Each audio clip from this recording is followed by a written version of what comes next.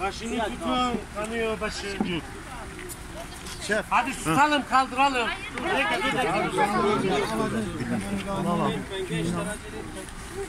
Sen dur onlar tutun kaldırırlar. Merhaba Elif. Yavaş yaparsan.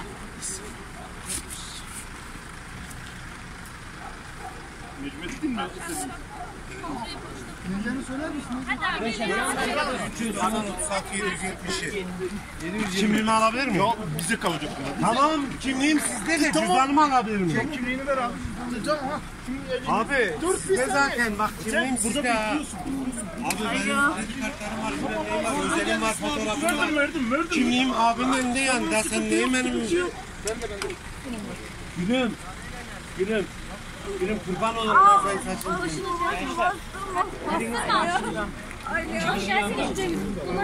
Hadi 1, 2, 3.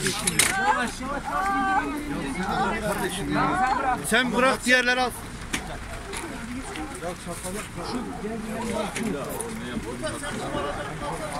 Tamam dur. Verin sen gel. Seninle başka bir ambulans gelecek. Abi ben başka ambulans gidemem. Vallahi ben duramam. Tamam. Komiserim vallahi ben duramam ha. Ben neyle gideceğim?